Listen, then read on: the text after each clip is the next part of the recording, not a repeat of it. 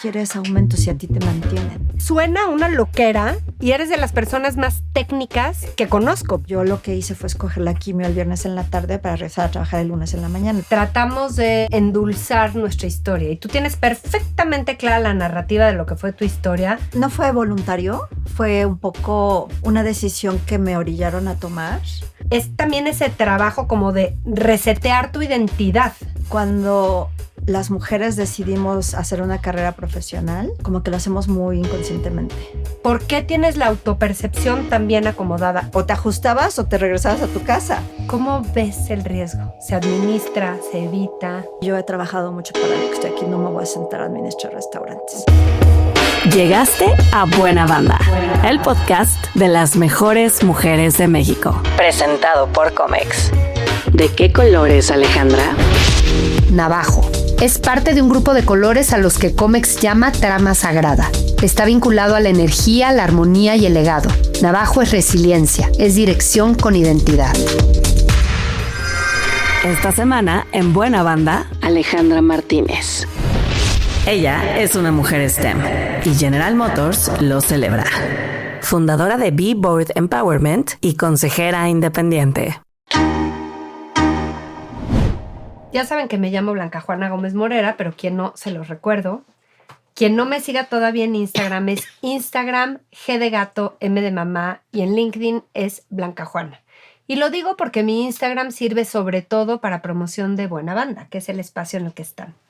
Buena Banda, no sé dónde estén escuchando o viendo, pero si es plataforma de audio o YouTube, por favor, píquenle a la campanita para que les arroje siempre un nuevo episodio cuando sale cada miércoles y pónganle el botón de seguir. Esto lo decimos muchos podcasters, es muy importante para que figuremos en los algoritmos y para que este programa, si a ustedes les gusta, se siga compartiendo.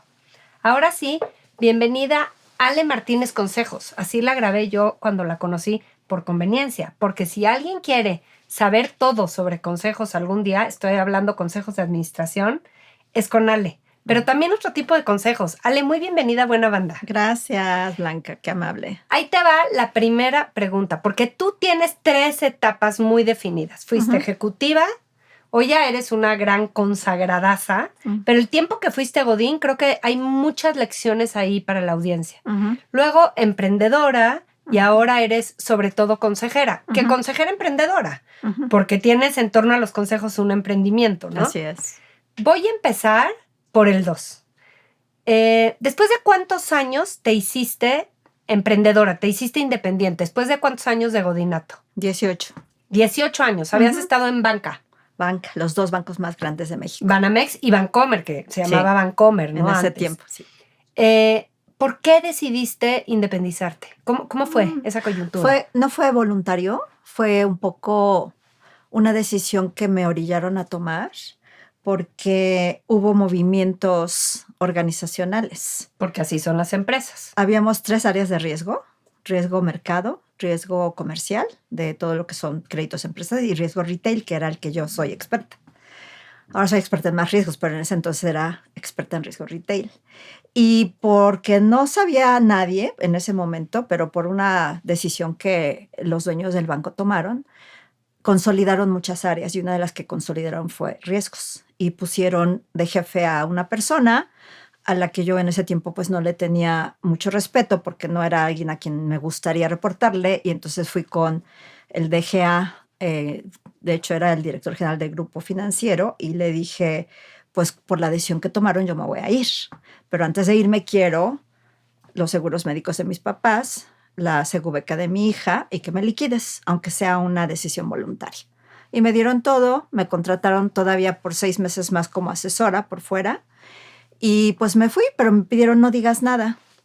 Y ese no digas nada era porque ya se había vendido el banco en diciembre y estaban preparando precisamente la venta a BBVA.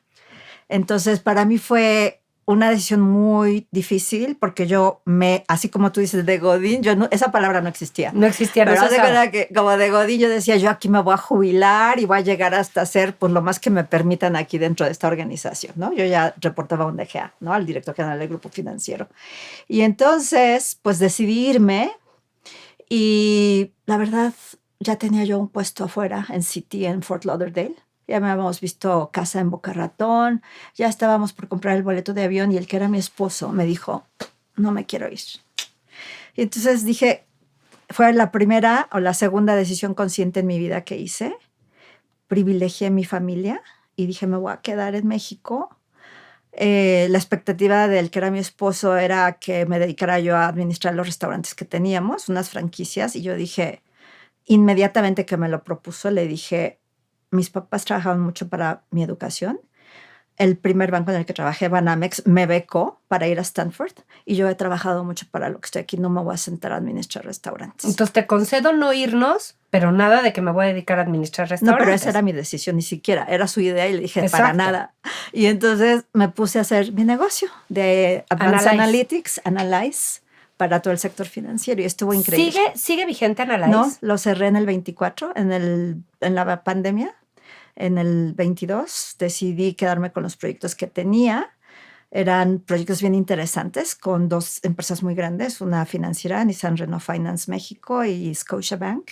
Esos eran los últimos dos proyectos, los terminé y cuando terminaron esos proyectos decidí cerrarla. Ya no quise invertir directamente porque sí me llevaba demasiado esfuerzo. Y eran temas de riesgos, ¿verdad? Pues era de mucho, eran temas de administración de riesgos, pero eran también temas de attrition, eran temas de voluntad de compra, pero de productos financieros. O sea, era como que todo el set de analytics para una financiera o un banco que manejara préstamos personales, tarjetas, hipotecas, créditos de auto, etcétera. No todo lo que es banca retail, ¿no? Que es lo que yo desarrollé en los bancos, especialmente en el último banco, y que finalmente pues fue en lo que me especialicé realmente. Oye, ¿cuánto tiempo duró tu consultora? 24 años. Órale, muchísimo. Sí. O sea, es gran parte de tu carrera. Pensé que Sí. menos. No. Fíjate que en Buena Banda Membresía tengo muchas consultoras y encuentro que muchas mujeres, Sí. cuando renunciamos, muchas dicen voy a abrir una consultoría. Sí. O solas o con alguna socia. O sea, muchas veces pienso yo, ¿otra consultoría? ¿Cuántas consultorías caben? ¿Y cómo empiezas a hacerte de clientes? ¿Te haces de clientes por relaciones o cómo es tu pitch? ¿Tú te acuerdas el principio cómo fue? Uy, sí. O sea, me acuerdo perfecto. Me llevó 3 años levantarla en esos tiempos porque realmente en ese tiempo no había ni incubadoras, ni venture capital, ni nada. Eran mis ahorros. ¿Te lanzaste Entonces sola? me llevó. Claro. Pues tampoco había mucho chance. No, pero con una socia o con un Ojalá socio. hubiera esa mentalidad. Sí. O sea, realmente era un mundo diferente. Ahora es distinto. Y Sí, ahora sí. busco una socia, un socio. Ya te platicaré. Pero en ese entonces lo que pasa es que pues yo me lancé, pero lo que tenía eran mis ahorros. Mi liquidación del banco, mi ahorro de muchos años en sector financiero. Y lo que hice fue visitar, pero con mucha selección. O sea, lo que yo me di cuenta es que yo ya sabía y conocía muy bien el sistema. Yo encontré un nicho, que eran los no bancos en aquel entonces, o sea, los que no son bancos, tipo Sofomes, Ajá. Sofipos, cajas, incluso los brazos financieros de las empresas manufactureras o Ya. transformadoras, Cemex. O sea, todo ese tipo de Sí, instituciones financieras no entidades, bancarias. exacto, Entidades. entidades que no eran bancos porque no tenían el desarrollo ni el avance de los analytics de los bancos. Y ahí fue donde empecé. Pero sí es un tema de que tienes que encontrar bien tu nicho, Ujú. tienes que hacer muy bien la idea que quieres transmitir porque no todo el mundo habla el mismo idioma. En ese entonces, pues estos no bancos pues no hablaban el idioma de los analytics. Entonces yo les tenía que explicar cuál era lo que los analytics les iban a dar de beneficio. Sí, ¿no? primero evangelizarlos, Exacto. ¿no? Y luego ya Hay que te mucho tema de contrataran. evangelización y de educación. Y entonces después, pues platicar con todos. Después, como de, no sé, 4 años, ya que estaba levantado el negocio, me encontré a alguien del banco que había sido mi jefe y me dice, oye, ¿cómo le hiciste si todo el mundo te conoce? Si vienes del banco. Dije, pues es que es difícil cuando vienes de una institución siendo como tú le llamas Godín. Yo era directora de administración de riesgo, era la CRO de la banca retail de Bancomer, pero tienes una identidad de ejecutiva. Entonces, para mover tu identidad de ejecutiva a tu identidad de consultora no está fácil, porque todo el mundo te conoce acá. Entonces, tienes que hacer un trabajo muy grande para que te vean como en tu nueva identidad de consultora. Se me hace importantísimo lo que estás diciendo. Entonces, los años que te tardaste además de encontrar clientes, armar tu oferta de valor, tu metodología, etcétera, es también ese trabajo como de resetear tu identidad, ¿no? Resetear tu identidad, tu manera frente de a los hablar. demás y frente a ti misma incluso, Sí. ¿no? Y sí, y ¿sabes qué? Que lo más triste es que la gente que te conoce no es la que te contrata. Bueno, al menos a mí no pasó así. Fíjate. Entonces yo llegué con el competidor más grande, le ofrecí hacerle lo mismo que le había ofrecido al banco que acababa de dejar y no me contrataron. Fui a otros que me conocían muy bien y no me contrataron. Entonces dije, ok, yo ya no voy a... O sea, yo soy muy selectiva. O sea, yo no voy a meter mi energía con quien no quiere escucharme. Y lo sigo haciendo. Entonces, quien no quiere mi programa B ahora, no tengo por qué hablar. Entonces, yo soy muy selectiva. Entonces, yo voy con la gente que sí me quiere escuchar, con la gente que quiere tomar de mí lo que está viendo que necesita. Pero era tocar nuevas puertas. Sí, claro. Porque lo que he escuchado yo es que mucha gente abre su consultora con un cliente ya que jala incluso de su chamba anterior o de otras chambas. Tú no. Tú fue de cero. No, bueno, intenté de los que me conocían. En el ambiente sí tuve durante el año que salí de Vancomer, te digo que me contrataron 6 meses más como independiente y me trataron muy bien, me pagaron muy bien. Uh-huh. Entonces fue como que para empezar, y yo ya a fines de ese año ya tenía armada la consultoría, pero sí fue ir a tocar puertas. Wow. Y es ahí donde te tienes que dar cuenta que el apellido que traías desaparece y que no te las van a abrir tan fácil y tienes que perseverar. O sea, antes decía yo, soy Alejandra Martínez de Vancomer. Claro. Ya ese apellido ya no existe. Y te vas dando cuenta en la vida que no tienes que atarte a ningún apellido corporativo. No, pero es que bien difícil. Es que hacer tu propio apellido, la famosa marca personal, requiere tiempo. Tiempo y autoconvencimiento. Sí. Porque hay mucha gente que sale de donde estuvo y se sigue como lamentando de los tiempos anteriores. Yo así como automático dije, órale, ya no estoy en Vancomer, ahora soy Alejandra Martínez. Y sabes que a mí me sirve mucho porque tienes que ir y rescatar tus valores. Si eres humilde, no te importa hacer eso. Si eres arrogante, entonces te cuesta. Sí. Si lo que te hace es todo lo que está alrededor, la oficina, la secretaria, el chofer y demás, esa es una cosa bien difícil. Entonces, como en la pandemia, los señores estaban ya urgidos de irse a la oficina. ¿Por qué? Porque todos los símbolos alrededor los hacían, a vestir, ¿no? Claro. Entonces, es como tienes que ir y rescatar tus valores y decir, ¿quién soy yo?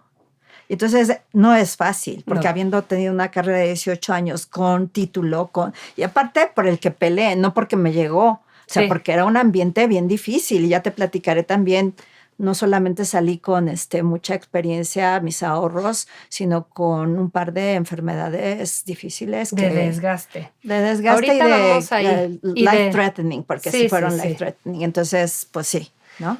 Ahorita vamos ahí. Antes cuéntame, ya que tocaste los valores, de los valores de tu crianza, de tu supersónica abuela, que no solo te salvó la carrera, te hizo que te pusieras tú en otro lado, sino que además realmente es como esas abuelas que son una mamá más, ¿no? Totalmente. Sí, son, excepcional. Y ahorita que me lo estás preguntando, estoy cayendo en cuenta. Fíjate, hasta ahorita estoy cayendo en cuenta.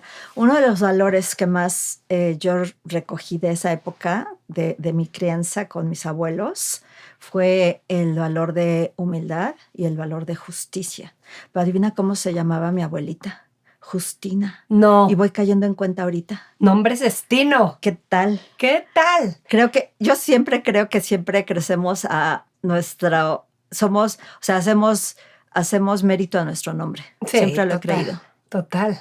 ¿Qué quiere y decir hasta ahorita Alejandra? Me di cuenta. ¿Y qué quiere decir Alejandra? Fíjate que originalmente lo que aparece si lo buscas quiere decir el vencedor, porque viene de Alejandro Magno. Híjole, te queda pero perfecto. No, recientemente, sí. Hablando con mi amigo griego de la maestría, me dijo, no, el significado de Alexander o Alexandratos es el cuidador de la humanidad.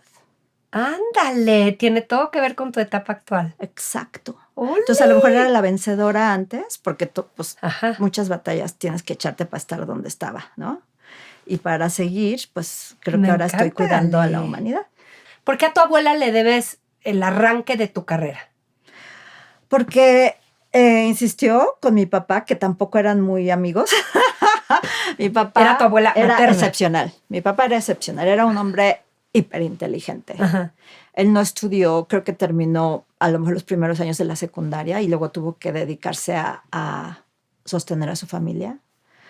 en esa época que él le llamaba el agrarismo, que le quitaron todos los ranchos de su familia y se vinieron a la Ciudad de México. Wow. O sea, no entiendo las épocas, pero algo así me platicaba. Total que él dijo, mis 3 hijas, somos 3 mujeres, yo soy la de en medio, mis 3 hijas tienen que estudiar para secretaria ejecutiva bilingüe. Y entonces como que para él en su época esas eran las mujeres de poder. Entonces él veía en lo que era su actividad que esas mujeres movían todo, porque le movían la agenda y todos los asuntos. Eran como las chief of staff de los grandes señores. Así lo veía él y eso era lo que quería que fueran sus hijas, mujeres poderosas. Pues mi abuelita lo veía diferente porque había tenido una hija y 4 hombres, 4 hijos. Y a mi mamá le insistió que fuera a la Universidad Femenina de México, que todavía existe en México. Mira. Entonces, que está ahí subiendo por Constituyentes enfrente de Chapultepec. ¿Qué tal? Primera noticia. Sí, y ahí estudió mi mamá y se graduó. Y 6 meses después se casó y dejó de ejercer. Pero bueno, eso no importa. Pero estudió. Estudió y llegó a la universidad y salió y se graduó de la universidad. Y entonces mi abuelita le dijo, no, tus hijas van a ir a la universidad. Y mi papá pues trabajó muy duro para que las 3 fuéramos a la universidad, que en nuestro tiempo era extraño que todas las mujeres de una familia estudiaran en la universidad. Y menos ingeniera. Pues sí, mi hermana mayor, Lupita, es ingeniera civil y tiene 2 maestrías. Mi hermana menor, América, es pedagoga de la UIC y tiene un doctorado en innovación educativa. Uf. Y yo, que estudié ingeniería industrial y tengo un MBA de Stanford. No, bueno. Entonces mi abuelita fue clave para que lo hiciéramos. Yo me acuerdo mucho de esas conversaciones entre ella y mi papá y la verdad es que fue algo excepcional y ahora cayendo en cuenta, ella siempre se movió por un tema de justicia y por eso era Justina. ¡Qué bien! Gracias, sí. Abuela Justina. Sí. Ahora vamos a tu etapa del godinato, que es poco tiempo para tantas lecciones que creo que puedes dar a las nuevas generaciones. Estuviste solo en 2 bancos. Sí, estuve en los 2 bancos. Pero más es que grandes. te tocó la maternidad. Ah, bueno, sí. Bancos nacionalizados, bancos privados y todo. Ah, no, y sí, a pero mí. Yo ni siquiera estaba hablando del momento histórico de México, sí. Que es suficientemente retador en la banca. Sí. Estaba pensando en ti, como sí. en tu experiencia sí. de empleada, de aprender a trabajar ahí y entrarle a la maternidad, que no era lo que es ahora. Te echaste una enfermedad durísima. Tienes como muchas cosas que decir. Uy. A ver. Todas. Creo que cuando las mujeres decidimos hacer una carrera profesional, como que lo hacemos muy inconscientemente. Como que entramos con muchas ganas, con un anhelo de poder competir, de poder llegar, de poder progresar. Y no nos damos cuenta que estamos entrando a un esquema, a un sistema en donde las formas, los comportamientos y las reglas no estuvieron preparados para nosotros. Entonces, pues nos la creemos, como muchas recomiendan ahora, que me parece lo más vacío de la vida. Perdón, pero así lo creo. ¿Qué? Te la tienes que creer para salir adelante. No es eso nada más. Hay otras cosas. Pero digamos que creemos que podemos competir y nos lanzamos. Y lo logramos. Pero las que lo logramos, resulta que somos excepcionales. Y no debería de ser así. Pues sí. Entonces, para llegar a esos puestos a los que yo llegué, para tener la experiencia que yo tuve, para enfrentarme a los grupos y poder competir con la mayoría eran hombres en ese entonces, era yo una de las 2 mujeres que reportábamos al director general de Bancomer en sus tiempos, pues pagas un precio bien alto. Y el precio que pagas es o no estás con tu familia, que para muchas mujeres ahora veo yo que es un poco más común que el esposo tenga una actividad menor, pero pues en esos tiempos no. En esos tiempos los 2 estábamos compitiendo y entonces la que lo resintió fue mi hija. Y pues ella sí me reclama de que la dejé solita, pero pues era lo que teníamos que pagar para estar donde queríamos estar y a cada quien nos toca vivir lo que nos toca vivir.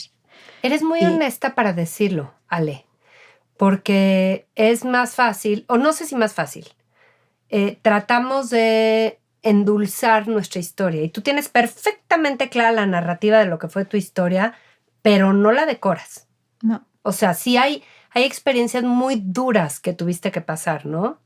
Cuenta el tema del cáncer, por ejemplo.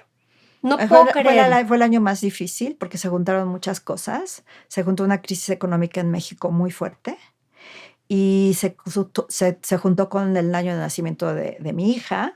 Ya de por sí era fuerte reincorporarte en una maternidad, Sí. en un tiempo donde la maternidad no era bienvenida en los bancos. Es más, antes del cáncer, ¿cómo está que le dijiste a tu jefe, ay, voy a ser mamá? Ay, pues qué bueno, pero a ver qué haces, a ver cómo le vas a hacer. O sea, cero empatía, ¿no? Cero. Bueno, la verdad es que en ese momento no había mucha sensibilidad para poder ayudarte. Es que tampoco había experiencia. O te ajustabas. Exacto. O te ajustabas o te regresabas a tu casa. Sí. Entonces, en ese tiempo, y la verdad fue de mis mentores, creo que el primero y único que relaciono y me acuerdo que me ayudó, Adolfo Lagos, que en paz descanse, que fue un tipazazazo. Todo el mundo lo odia. Conmigo sí también era igual de grosero y de fuerte, de difícil, pero él me ayudó mucho. Sí me dijo, porque yo le avisé como después de 4 meses que ya estaba segura de que iba a suceder, ¿no? Y entonces yo escondí mi pancita y como era la primera, pues no se notaba. No se notaba. Entonces al 4.º mes ya le avisé y le dije, pues fíjate, Adolfo, que estoy embarazada. Ajá, ¿y qué vas a hacer? Le digo, no, pues nada, pues yo me voy a organizar. Yo tenía que resolver todo como lo he resuelto siempre, by myself. O sea, la empresa no tenía que estar involucrada en esos momentos. Nadie tenía sensibilidad de que ahora sí tienen que hacerlo, ¿no? Entonces, yo lo que le digo a todo el mundo es, las mujeres armamos un rompecabezas diario. Porque en la mañana tienes que asegurar que está la comida fresca en el refri, que ya llegó la muchacha, la cocinera, si tienes posibilidad. Y si no, con la mamá y con quien sea, pero que te cuiden al niño o llevarlo a la guardería o llevarlo al kinder, a quien sea, y a ver quién lo recoge a las 2, que es la peor época, la peor hora en la Ciudad de México. Y ojalá que no se enferme, porque bueno, donde se enferme y tengas que ir por él, ya te entonces tienes que jalar a la suegra, a la hermana, a la tía, a la quien sea, para que vengan a suplirte.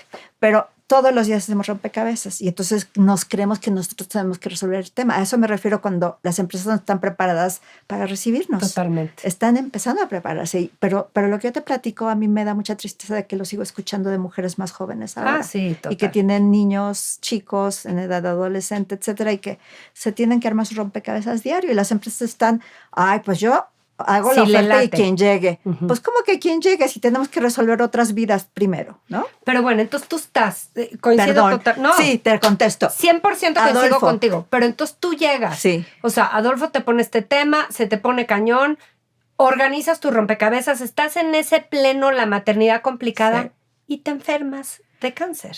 Bueno, voy a un check-up a principios del año, les digo, es que siento algo. Y tanto el ginecólogo como el técnico del ultrasonido, como el de la mamografía, como el de tarará, me dicen que no hay nada, que regrese en 6 meses. En 6 meses un tumor de 4,5 centímetros y otro por todos lados. Dios mío. Y entonces, pues lo que se tiene que hacer. ¿Cuántos años tenías? 34. Y una bebé recién nacida. De un año. No lo puedo creer. Sí. Y lo mismo. ¿Te operaron? Sí. No, Adolfo me dijo, lo que no te pague el banco te lo paga, o sea, lo que no esté en tu seguro te lo paga el banco. Fíjate qué bien. No, pero es que pues yo al banco le dejé una plataforma analítica que lo puso donde está. O sea, esos fueron los comienzos de los sistemas adaptativos, de los sistemas teníamos una red neuronal, la primera red neuronal para captar los fraudes de transacciones en tarjeta de crédito, y esa la puse yo en ese tiempo. Sí, entonces de ahí evolucionó a lo que ahora es todo esto, que obviamente muchísima tecnología diferente y demás, pero las bases estaban sobre todo de información, que eso es de donde sacas todo. Sí, eras valorada también por algo, ¿no? Sí, pero fue bueno, se portaron bien. Gran sponsor, o sea, más que mentor, sponsor. O sea, la verdad es que le agradezco a Adolfo todo lo que hizo por mí. Y bueno, después él se fue, me quería llevar a Serfín en ese momento y le dije, ¿sabes qué? Pues yo me estoy en la quimio, estoy a la mitad de la quimio, no me puedo ir contigo. O sea, yo tengo que estar lo más cerca de donde está mi hija y este banco es lo más cerca de donde está mi hija. Entonces no me puedo ir contigo, ¿no? Pero la quimio, o sea, explica por favor que me dan ganas de abrazarte, tu decisión de tomar la quimio el fin de semana, eso me parece que retrata todo. Es que en esa época, como te digo, somos bien inconscientes. O sea, queremos competir, queremos llegar, queremos lograrla. Y es una decisión inconsciente y es de las pocas, bueno, más bien, es una decisión consciente que hice, pero dentro de lo que era el ámbito donde yo priorizaba mi actividad profesional. Y mi familia era un segundo término. Entonces... De esa sí te arrepientes. De esa sí me arrepiento, porque cuando nos enfermamos nos tenemos que dar oportunidad de reponernos. Y yo lo que hice fue escoger la quimio el viernes en la tarde para regresar a trabajar el lunes en la mañana. Entonces mi pobre familia, que en ese entonces eran mi niña de 1 año y el que era mi esposo, pues recibían toda la horripilantes que sufres cuando te dan una quimio. Y entonces el fin de semana me la pasaba acostada, vomitando, o sea, todo lo que es la quimio. Con tal de que el lunes estuvieras lista para la chamba. Y estuve los primeros 5 ciclos. El sexto, regresé el martes. O sea, para que veas el nivel de inconsciencia. Y yo creo que eso es algo que ha cambiado. Cuando estemos en una cosa profesional, y eso es lo que yo trato de transmitir ahora en el programa Vi, o sea, somos más importantes como persona que como ejecutivos o como emprendedores o como X. Si algo personal está pasando, sobre todo de salud, lo tenemos que atender y nos tenemos que dar el chance. Porque si no, pues vas en contra de tu vida, de tu posibilidad de seguir estando. Y yo estoy así como que le doy gracias a Dios de que aquí estoy. Oye, ¿y el tema de los ojos tiene algo que ver también con desgaste? Sí. A ver, ¿cómo fue eso? Pues ya fue más adelante. ¿Qué tuviste en los ojos? ¿Qué tienes en los ojos? Se me desprendió la retina de uno de los ojos y ahora veo como 60% de ese lado. Y también se lo achacas al... A ver, o sea, es costo de romperte la cara. Te voy a decir algo que es algo que fue mi aprendizaje, pero que no tomé en cuenta porque hubo el cáncer, el desprendimiento de retina y no los tomé en cuenta como después sucedieron cosas no tan graves que me hicieron pensar que algo no sabía yo manejar. Y lo que no sabía yo manejar en la época de, como tú le llamas, Godín, que yo le llamo ejecutivo para no decirle tan feo. Exacto, se oye más bonito.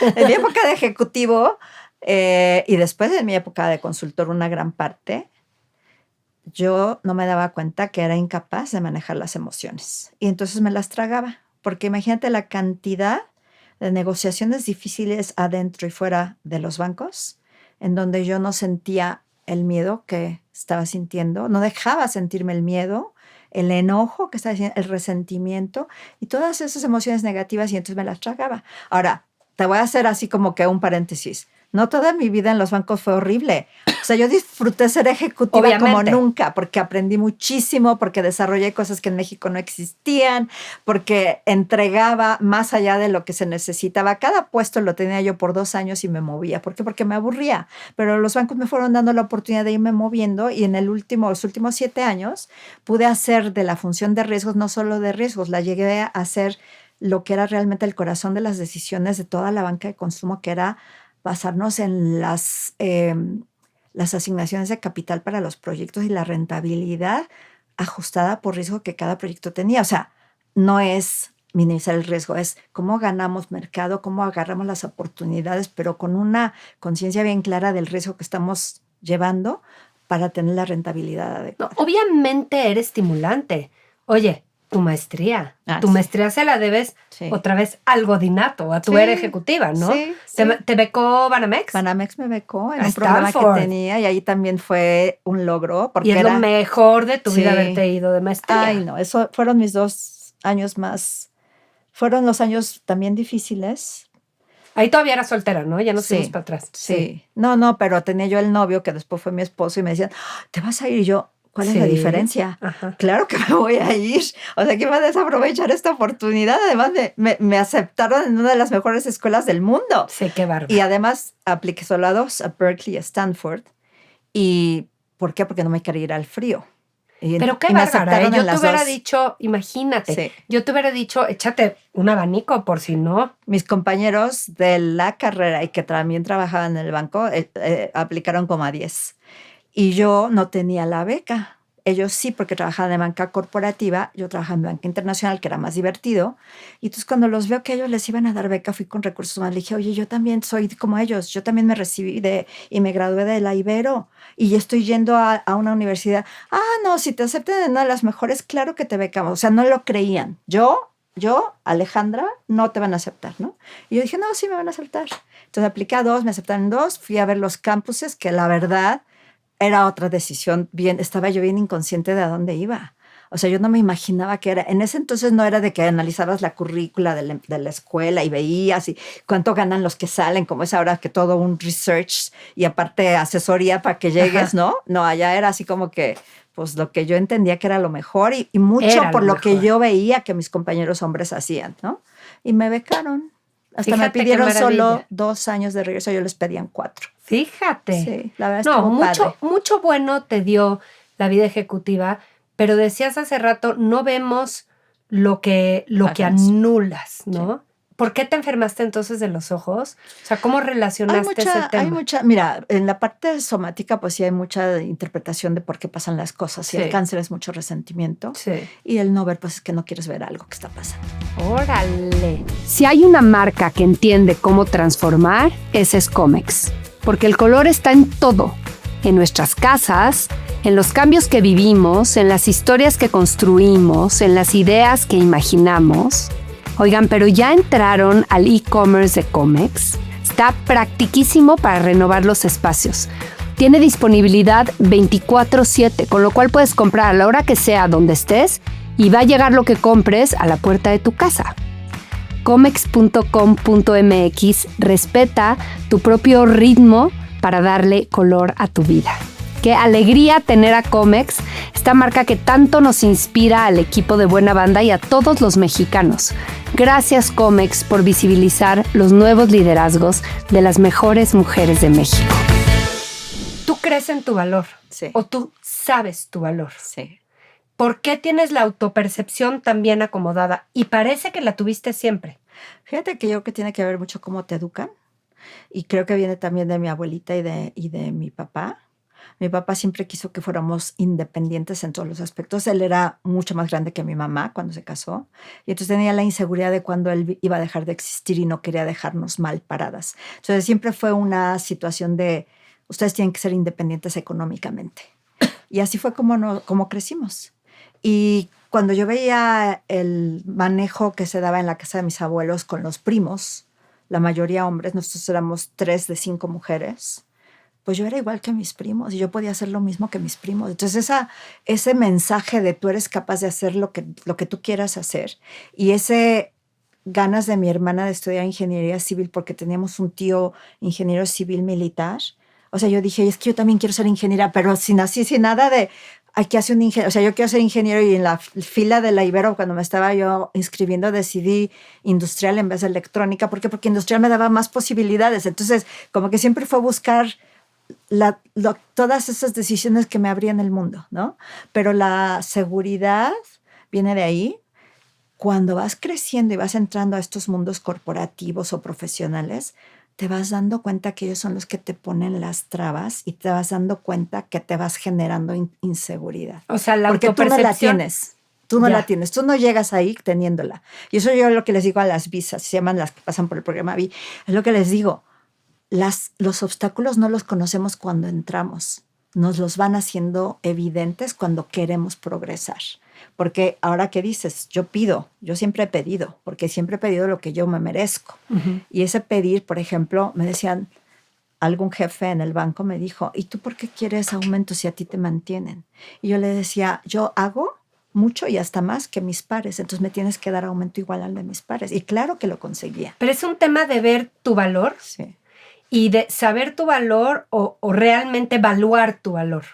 O sea, te lo estoy haciendo la pregunta de qué tanto haces ejercicios de lo que yo aporto genera este beneficio concreto. ¿Me explico? Por alguna razón, es que el valor es, o sea, no por lo que genera económicamente. O sea, yo como que desde que estaba yo en la universidad, donde entré a ingeniería y era la única mujer en el salón donde entré, eran puros chavos del CUM y ya sabes, muy acá, ¿no? Y entonces yo veía que la única que resolvía los problemas de termodinámica era yo y ellos se quedaban así como que muy sorprendidos, ¿no? Y entonces como que yo fui capaz de darme cuenta comparativamente lo que yo traía a la mesa desde ese entonces. Y entonces yo sabía que tenía cierto valor, igual que el de ellos.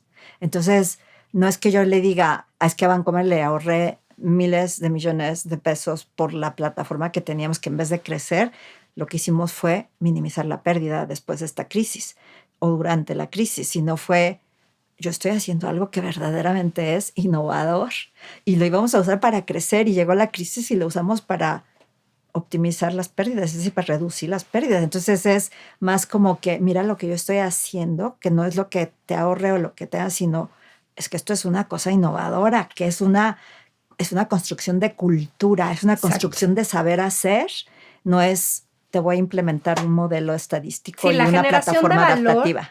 No necesariamente es monetaria, ¿no? El otro día hablábamos con un grupo de amigas en torno a consejos y decían que hay unos valuadores de consejeros que lo que le ofrecen a los presidentes de consejos y dueñas de empresa es hacerles un assessment de sus consejeros, saber qué tanto valor generan los consejeros, pero lo miden por de verdad generación de ingreso. Y alguien dijo, no, yo reto eso, perdón, un consejero no tiene que generarle ingreso a la empresa, ni siquiera opera. ¿El valor de un consejero es qué? El valor de un consejero es el sello que le pones a la empresa. A mí cuando estoy negociando porque es muy importante eso, en México están muy mal valuados los consejeros. A mí me paga muy bien la empresa extranjera, me pagan bien las empresas mexicanas en las que estoy, pero porque ya las depuré. Pero es muy triste ver... Bien, porque ya las entrené. Sí, bueno, porque también se negocia. Y la gente que te dice, ay, no, ya no tienes posibilidad de negociarla. Claro que tienes posibilidad de negociarla. Y entonces... el tema es, el valor del consejero viene del sello que yo le estoy poniendo. Cualquiera que sepa que yo estoy en las 4 empresas en las que estoy en el consejo, saben que no van a hacer nada fuera de la norma, de la ley, de la ética y de la moralidad. ¿Por qué? Porque estoy yo ahí y yo no voy a firmar y yo no voy a decidir y dejarme llevar por el group thinking si yo veo que las cosas no están bien. Entonces, eso es lo que yo valgo. Wow. Es el sello que yo le pongo, mi reputación está en medio. Y no solo eso, cuando eres consejero independiente, dependiendo qué garantías te da la empresa siendo consejera, está tu patrimonio personal en medio. Por supuesto. Entonces, no es así como que yo me meto a cualquier consejo y me voy con la corriente. No. Es yo tengo, acabo de hacer también un podcast de Upwards. O sea, yo creo en 2 cosas. Tú llegas, y ahora me doy cuenta que así ha sido siempre, pero que no estaba tan claro. Tú llegas con una convicción a partir de la cual actúas. Y si tú no estás bien con tu convicción, con tu propósito y con tu misión de vida, te vas a sentir incómodo y te vas a ir en algún momento o te la vas a vivir bastante mal durante tu época. Yo fui muy feliz en mi época de bancos, fui muy feliz en mi consultoría, pero porque era a través y a partir de la convicción que yo estaba haciendo lo que estaba haciendo. Y ahora con lo que estoy haciendo en el programa Vi. O sea, mi interés es como que la gente tenga la posibilidad de ver otros mundos, otras alternativas que lo lleven a una vida más feliz, más en donde se realice más. ¿Cómo se llama el programa? Board Empowerment, pero esa es la primera etapa. Estoy Board trabajando con Empowerment, sí. Pero puras mujeres. Ahorita estoy trabajando con consejeras porque estoy segura y es claro para mí que a través de trabajar con las consejeras es como vamos a poder cambiar las cosas en las empresas. Tengo planeado ir o a otros niveles de la organización, mujeres, o empezar el programa de hombres, que ya tengo varios interesados y estoy escogiendo los libros y el contenido es similar, pero tienes una manera distinta de platicar con ellos, ¿no? ¿En cuánto tiempo? Es que de verdad, yo que estoy interesada en el tema y que nos llegan todos, porque nos llega desde Harvard, MIT, etcétera, el tuyo tiene una fama porque además no solo trabajas con experiencia y con conocimiento de causa en cómo ser mejores consejeras, cómo hacer mejores consejeras a quienes toman tu curso, sino que además es un curso de salud mental y cohesión integral muy chido. Padrísimo. ¿Cuántos módulos son? Son 9 módulos, de los cuales 7 son de trabajo, uno independiente y los otros 6, digamos, en línea. Bueno, ahora estoy lanzando el programa virtual y van a ser 3 momentos sincrónicos y el resto asincrónicos. Okay. Pero me gusta mucho el presencial porque lo disfruto mucho y tal vez haga otro presencial el próximo año. Y ahí son 6 módulos y trabajo independiente. ¿Cuántas mujeres? Los grupos presenciales han sido de entre 5 y 10 mujeres. ¿Máximo 10 quieres o así se ha dado? Para mí el mejor número es 7. Ok. 7 es el mejor número. Ahora el virtual está lanzándose con 10 y pues espero que en algún momento podamos tener una mayor audiencia porque realmente es algo muy valioso. No es un tema, no es gobierno corporativo. O sea, yo no compito con MIT, ni Harvard, ni el IPADE, ni el ITAM, ni el Ibero, ni nadie de los que tienen, ni Deloitte, ni la bolsa, porque ya me los eché todos. Pero no es gobierno corporativo. son mis vivencias y es explicar las estrategias de gobierno corporativo a las que tienes acceso en la vida real y que son muy poco accesibles a las personas que están queriendo ser consejeros. Ahora. Y lo complemento, perdón que te interrumpa. No. Lo complemento con mi formación de 7 años. Ya en septiembre me certifico, primero Dios, como experta en Core Energetics, que quiere decir psicoterapia humanista corporal.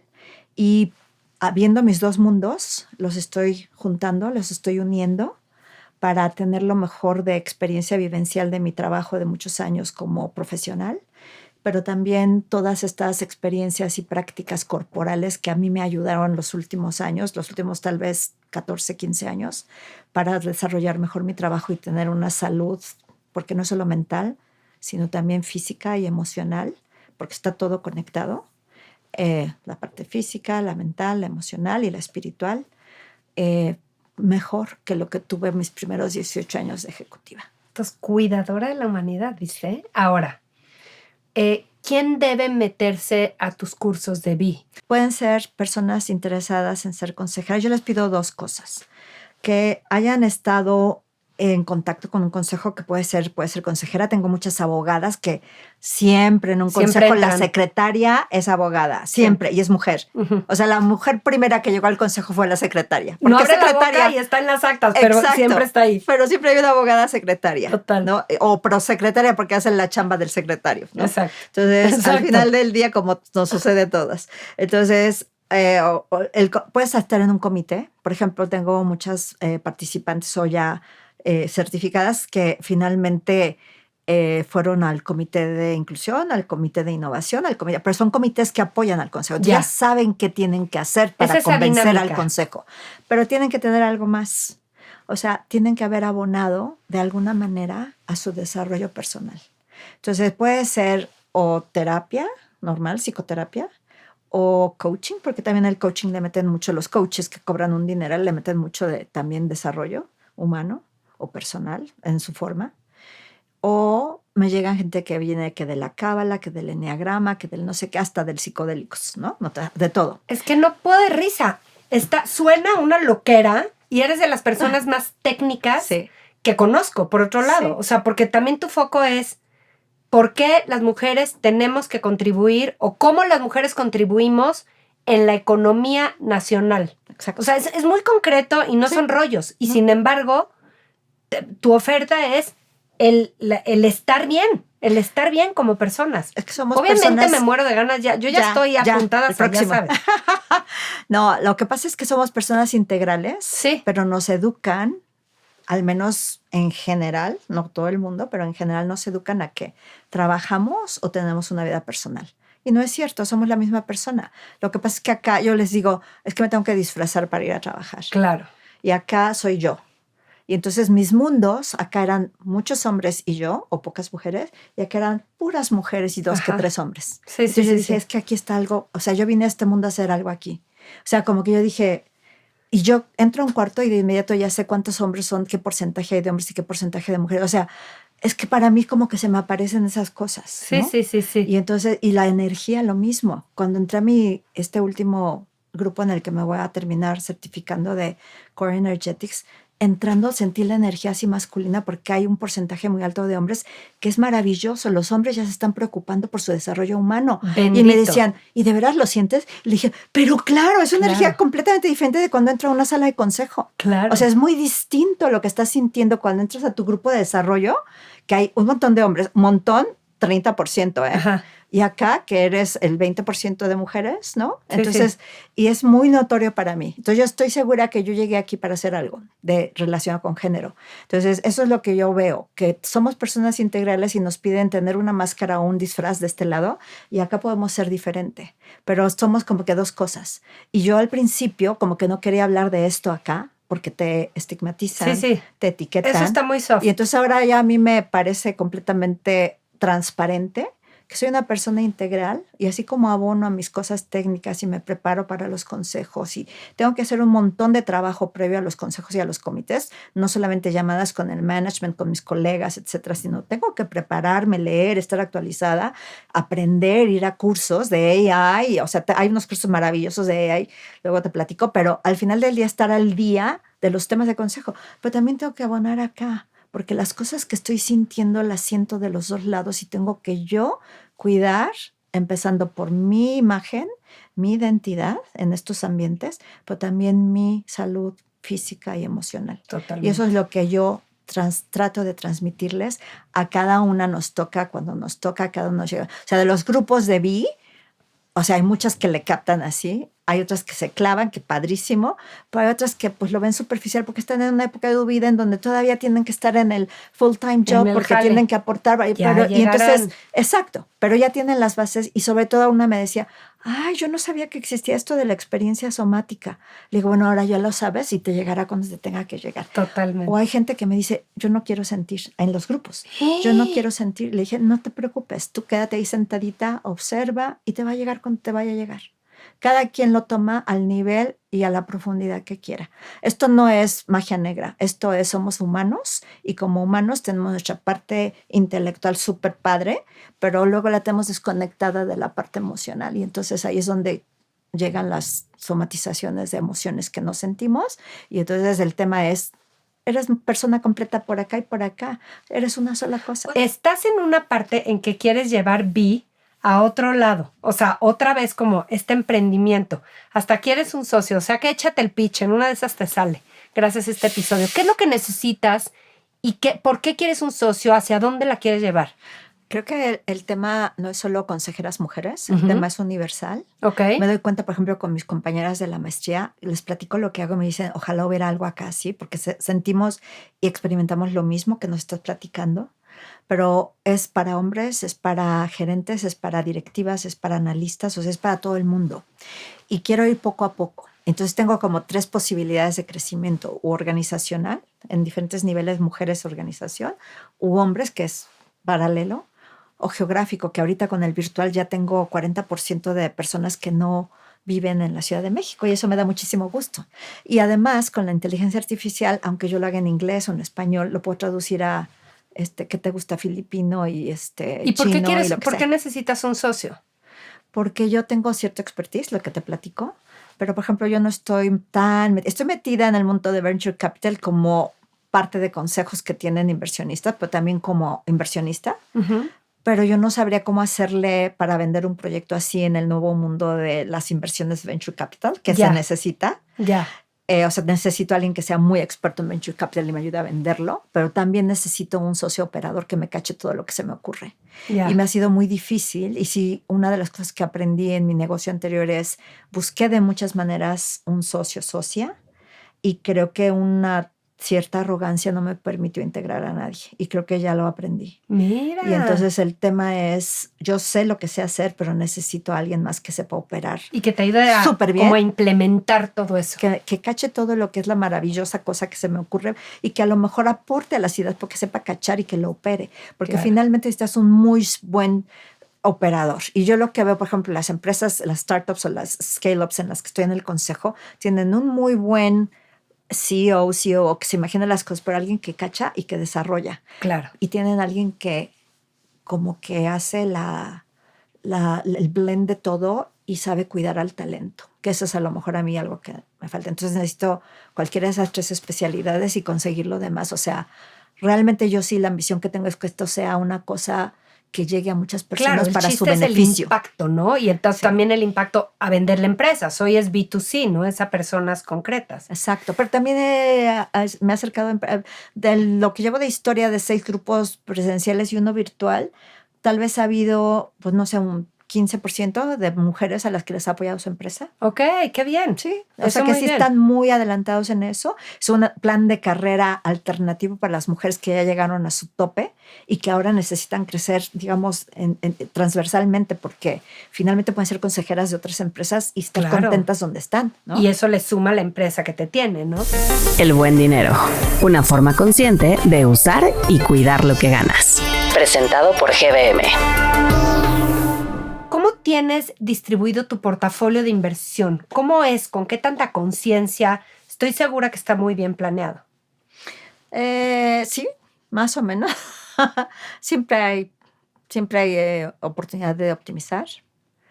Hoy estoy casada con un experto inmobiliario, 34 años. O sea, toda mi carrera, no es que yo haya sido exitosa en mi carrera en este estereotipo de tiene que ser viuda, soltera, mamá soltera, etcétera. No. Estuve casada 34 años. Mi hija creció en ese ambiente y así fue.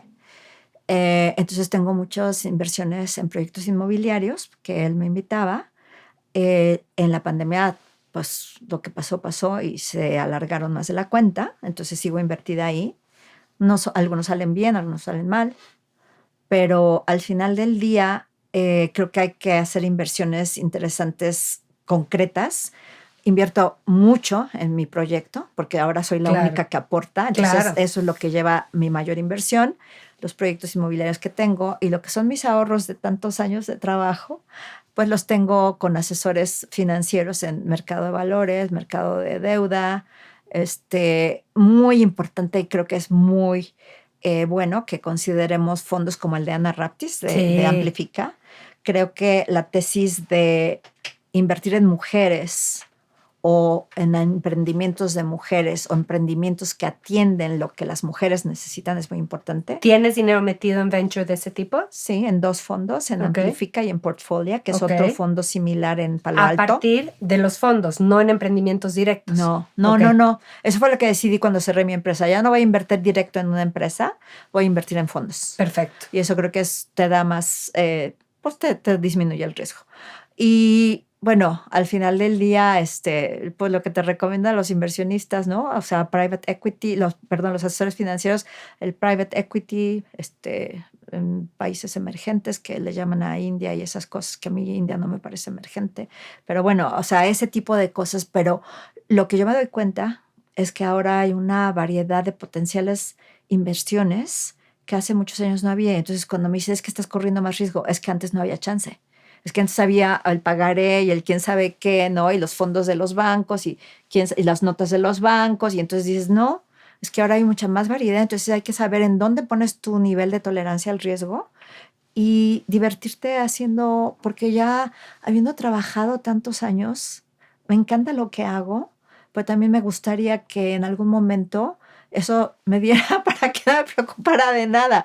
Y mucha gente me dice, no, es que te ofrezco el seguro y para cuando ya seas más viejita, para que ya vas a ganar menos. Y entonces le dije, no, yo cuando sea viejita voy a ganar más. Eso. O sea, yo no voy a ganar menos cuando sea viejita. Yo voy a invertir de manera que gane más. Entonces, o sea, eso es lo que intento. No es así, no fue así durante mi matrimonio, porque las mujeres delegamos las decisiones financieras en nuestro más confiado hombre.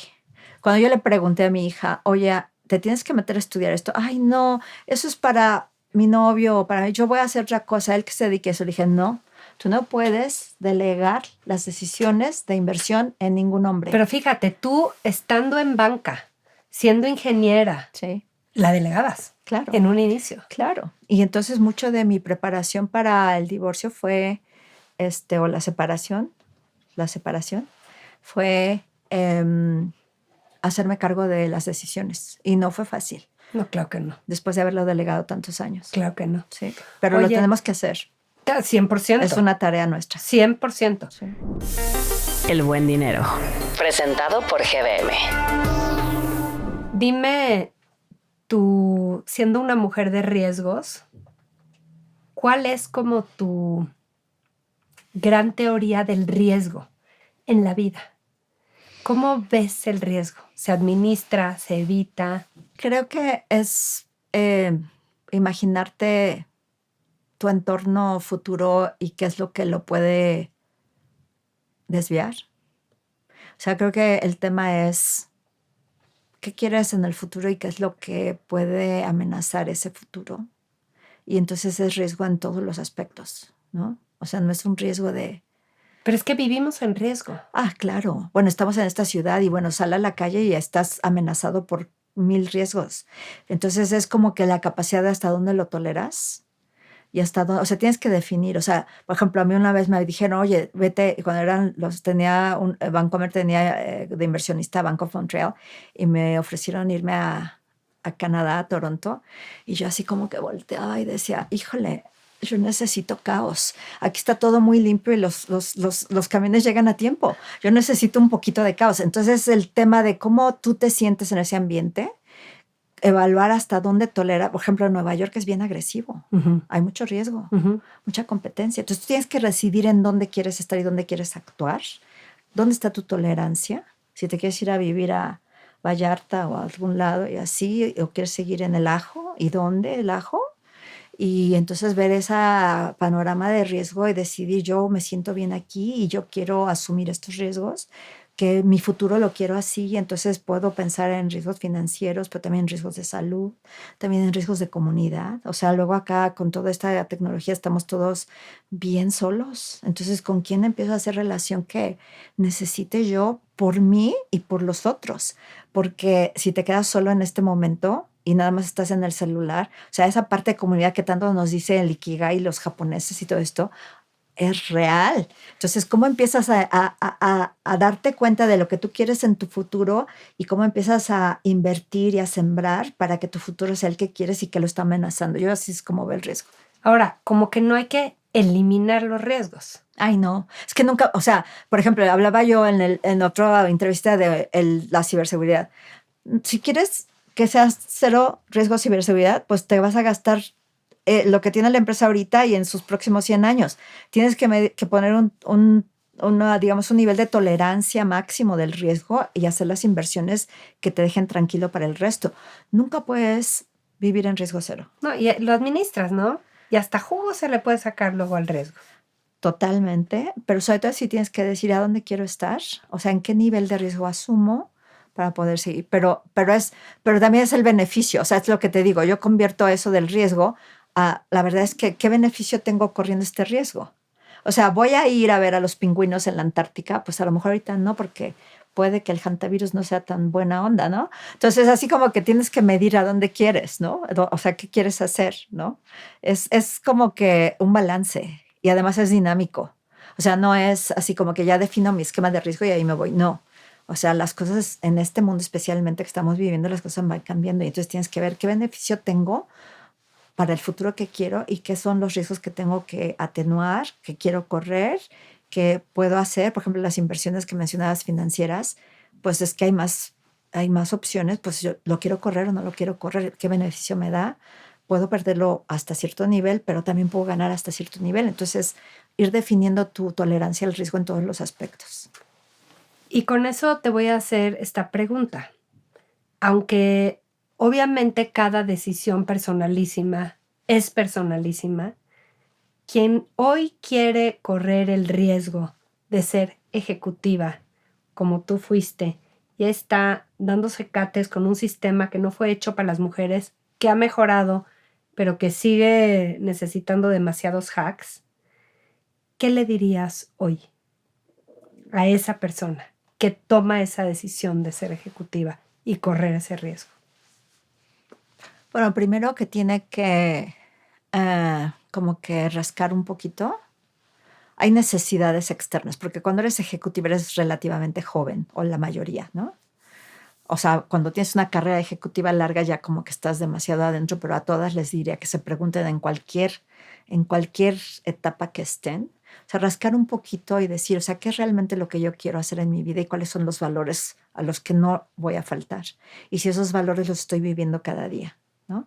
Y entonces decir, pues evaluar esta posición ejecutiva que tengo, realmente se relaciona con mis valores, y si sí se relaciona y es coherente, vas a ser muy feliz y vas a estar ahí mucho tiempo. Aunque cambies de empresa, pero tienes una base conocida en la que reflexionaste que son tus valores, ¿no? Que no estás viviendo la vida que alguien más, que es el entorno, te está poniendo, ¿no? Tú escoges qué quieres hacer. Y a veces nos damos cuenta muy tarde. Yo veo que las nuevas generaciones ya están dando cuenta más temprano, porque ya les pasaron las que a nosotros nos pasó después. Ya nos vieron y dijeron él. Y además ya les dimos vocabulario, ya les dimos terapia, o sea, ya saben bien cómo se llama cada cosa, la verdad. Y entonces, o sea, rescatar esos valores a los que tú tienes estás convencida, es tu convicción que estás moviéndote por esos valores y si en tu entorno día a día los vives. Y si no, buscar por dónde. Pero también el hecho de que las empresas todavía no están preparadas. Entonces, si las empresas se apuran a prepararse, pues cabes bien. Pero si siguen las inflexibilidades de horario, las estrategias, perdón, las posibilidades de crecimiento como están, que no son parejas, que no es piso parejo, que es en general lo que sucede, pues decide hacer tu propio emprendimiento. Y entonces eso es más fácil porque tú estás definiendo cómo se hacen las cosas. O veo muchas más mujeres jóvenes 30 altos, 40 bajos, que aunque tienen hijos chicos y demás, quieren ser consejeras. ¿Por qué? Porque ya descubrimos que el lifestyle de consejera es muy adecuado a nosotras. Porque te planeas ciertos meses del año, ciertos momentos. Sí, tienes muchas llamadas, muchas cosas que aprender, muchas cosas que leer, pero al final del día ya lo puedes manejar, ya es más flexible para ti. El tema es, tenemos que subir la compensación para que eso sea posible como una carrera única. Ok. Ahora yo nomás te voy a retar con algo. Si todas las mujeres nos retiramos de las empresas porque el sistema no está dado para nosotros, no se va a transformar. Entonces, no se trata de ser de sacrificar nuestra vida por ellas, pero si hay valores adecuados y eso, se necesita esta generación de mujeres resistiendo para que transforme. Ahí están. No se van a ir. No, a mí lo que me da gusto, digo, yo te digo, era una de 2 que le reportábamos al director general. Claro. Ahora ya hay muchas. Pagan precios altos. No se han dado cuenta. Lo que yo les recomiendo es traigan su nivel de conciencia a darse cuenta de lo que están viviendo. Y si ya se dan cuenta de lo que están viendo, atiéndanlo. Venga. Y entonces dense cuenta de que son personas integrales, que no está por acá el psicodélico, aquí, ay, sí, el fin de semana, igual. No, o sea, eso tiene un propósito, o la terapia, o el enneagrama, o lo que sea, para que tú te cuides y cuidas tu identidad, tu imagen y tu salud en todos los aspectos. Gracias, Ale, consejos. Con mucho gusto. Gracias a ti. Buena Banda es un proyecto de Blanca Juana Gómez Morera. En la grabación está Raúl Cetina de Pedro y el Lobo. En el video, Ariel Mancillas. La producción general y voz es de Luisa Martínez y la postproducción y puesta en onda es de Rubén Esponda. Muchas gracias por formar parte de Buena Banda. Hasta la próxima.